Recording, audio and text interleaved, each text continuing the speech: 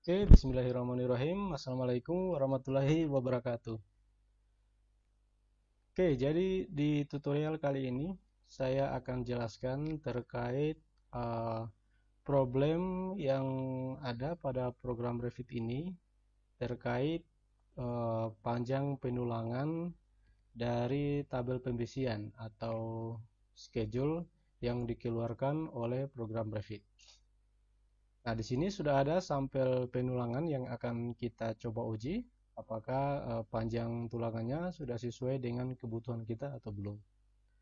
Nah, kita keluarkan dulu schedule-nya. Saya masuk ke tab view, lalu pilih schedule, kemudian schedule or quantity.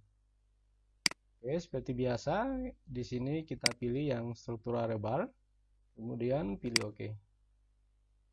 Nah, saya masukkan di sini parameter A, parameter B, bar diameter, bar length, C, D, dan E.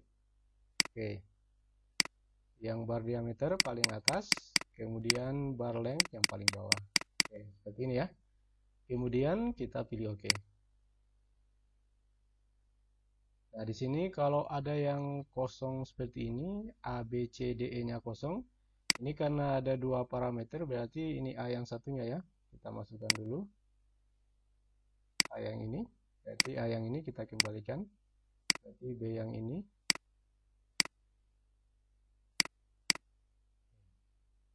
Kita masukkan dulu C yang ini.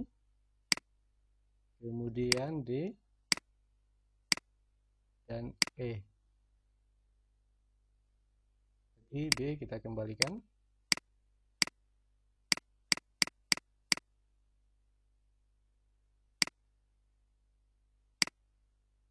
Oh, B masuk, sorry. A, B, C, D, C, D, E.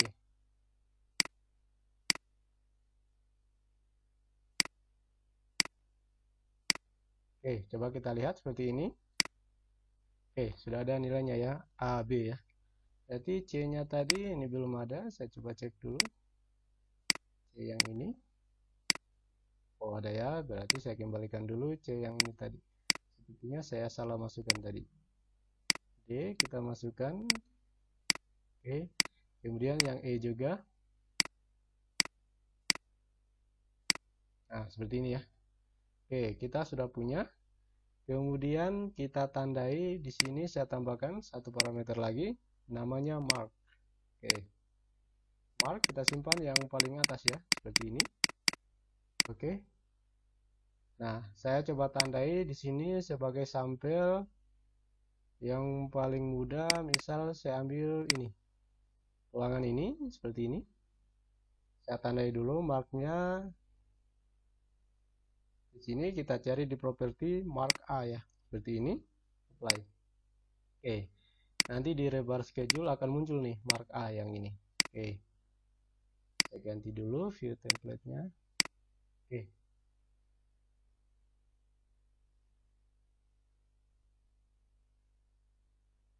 Yang mark A ini tunggu ya, kita perlu tambahkan lagi nih. BCDE karena kalau kita lihat di sini keterangannya ini A, B, dan G ya. A, B, dan G nih muncul ya. Ini A yang ini. Di sini B, terus ada G. Berarti ini masih kurang ya. Kita tambahkan lagi. Kita tadi cuma sampai E ya. Berarti kita tambahkan F.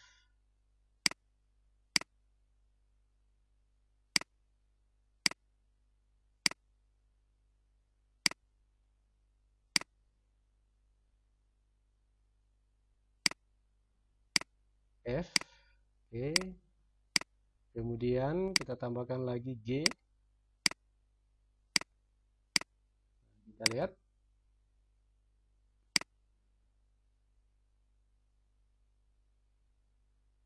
Mark A yang ini ya. Ini. Oke, G-nya 200 ya. A-nya juga 200, B-nya ini ya 5203. Oke. Nah, sebelum ini kita cari panjangnya, kita atur dulu di sini di menu struktur. Kemudian kita pilih di sini connection, reinforcement.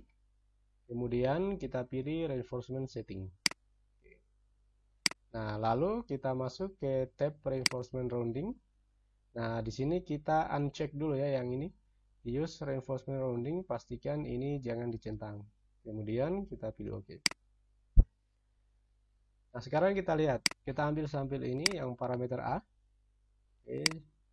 Saya akan tulis di sini parameter A, B, C, D, E, F, G. Kemudian ada total.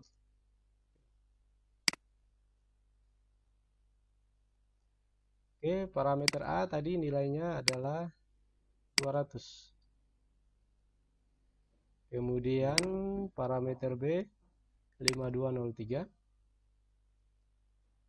Lalu parameter G 200. Oke. Kita ambil rata tengah. Kita buatkan tabel. Oke. Kita coba totalkan. Kita zoom ya, yang ini. Nah, nilainya adalah 5603 ya, seperti ini. Kita lihat hitungan Revit. Di sini 5563 ya, yang kehitung di Revit. Ini manual ya. Kemudian Revit. Oke. Nah, kalau di Revit total yang kita hitung adalah 5563. 5563. Saya coba ambil dua angka di belakang koma. Kita pilih formatting dulu. Saya pilih bar length, pilih format. Oke, saya ganti dua angka di belakang koma ya. Oke. Nah, berarti di sini berarti 5203 ini saya ganti juga yang parameter B. Ini dua angka di belakang koma ya. 5202,65.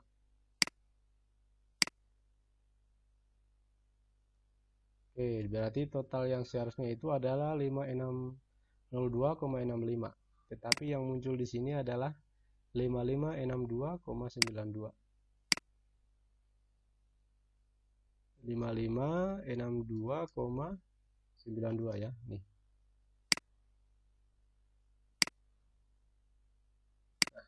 Dari sini sebenarnya bisa terlihat bahwa ada perbedaan yang cukup signifikan ya sebenarnya antara manual dengan hitungan Revit. Nah, ini kalau kuantitinya cuma satu, ini sebenarnya bukan menjadi masalah. Tapi kalau ini sudah menjadi jumlah yang sangat banyak, maka selisih antara manual dan Revit ini akan memberikan pengaruh yang cukup besar terhadap total berat yang kita perhitungkan. Ujung-ujungnya akan berpengaruh terhadap harga bahan dari pembesian tersebut. Ini selisihnya seperti ini. Oke. Ini kalau saya hitung selisihnya adalah antara manual dan Revit. Manual kita kurang ada 39 mili untuk setiap satu tulangan. Kita kali dengan jumlah tulangan yang lain, ini pasti makin banyak nantinya. Nah, kalau kita perhatikan penulangan atau perhitungan dengan cara manual itu memberikan hasil yang lebih besar ya, dibandingkan dengan perhitungan oleh program Revit. Nah, hal ini sebenarnya bisa dijelaskan seperti ini. Jadi kalau kita punya tulangan seperti ini saya cek dulu di sini. Find in project browser, saya duplicate dulu. Oke. Kemudian ini saya hitung dimensinya. Saya ambil dari sini ke sini. Nah, ini 200 ya. Ini 200. Kemudian dari sini kita ambil ke ujung juga. Dari sini. Ini 5202,65. Kemudian ini 200. Nah, jadi nilai 200 ini ya, 200 yang ini dihitung dari ujung ke ujung. Nih, 200. Asumsinya dari sini sampai ke bagian sini.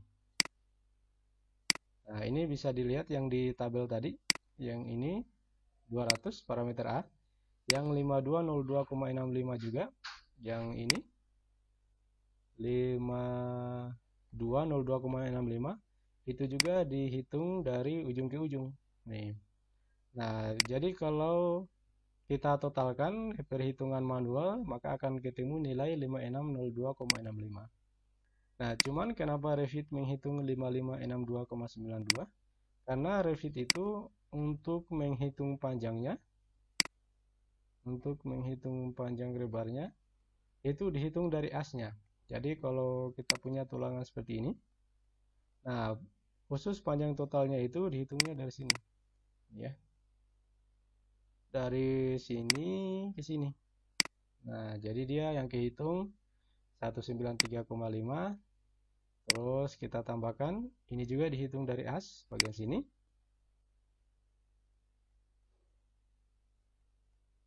Ke sini. Nah, yang kehitung menjadi 5189,65, bukan 5202,65. Kemudian di bagian kanan, ini sama dengan sebelah kiri, adalah 193,5. Terus ditambah dengan ini. Jadi radius bendingnya diperhitungkan. Kalau oleh hitungan Revit dengan menghitung dari as ke as. Nah, kalau dihitung dari ujung ke ujung, ini tidak memperhitungkan panjang diameter bending. Nah, sekarang bagaimana caranya supaya di rebar schedule ini tampilan bar length ini yang 5202,65 berubah menjadi 5602,65, sama persis seperti hitungan manual kita. Nah, ini harus kita gunakan bantuan plugin Sophistic Reinforcement. Saya atur di sini setting, kemudian di sini di general calculation methodnya kita ganti on basis of outside dimension. Jadi perhitungan panjang BC itu dari ujung ke ujung. Ini metode A. Kalau metode B ini yang bawaan Revit tadi, dihitung dari center line as ke as. Oke. Nah, sekarang kita keluarkan schedule lagi. Sophistic Reinforcement, view, schedule or quantity.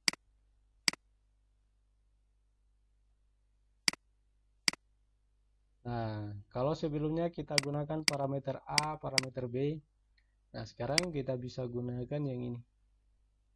Sophistic A, Sophistic B, Sophistic C, Sophistic D, Sophistic E, Sophistic F. Untuk kait dia pakai yang ini, hook length at end dan hook length at start. Lalu kita tambahkan Sophistic bar length. Kemudian tadi ada mark. Oke, mark ini yang paling atas. Lalu ada bar diameter. Nah, kita pilih oke. Nah, kita tandai di sini.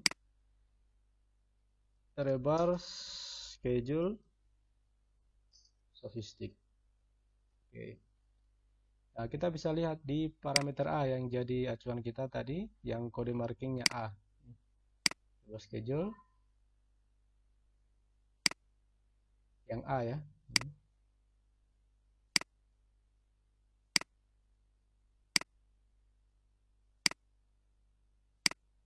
Ini yang A 55,62.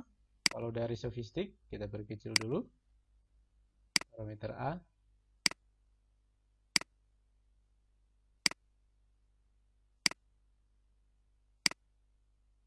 Nah, ini bisa terlihat panjangnya adalah 5603 ya.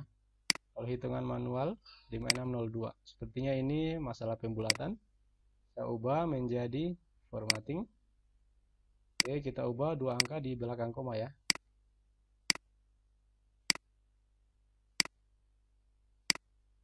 Nah, 5602,65. Kita cek dengan hitungan manual sama persis ya. Sekarang sudah 5602,5.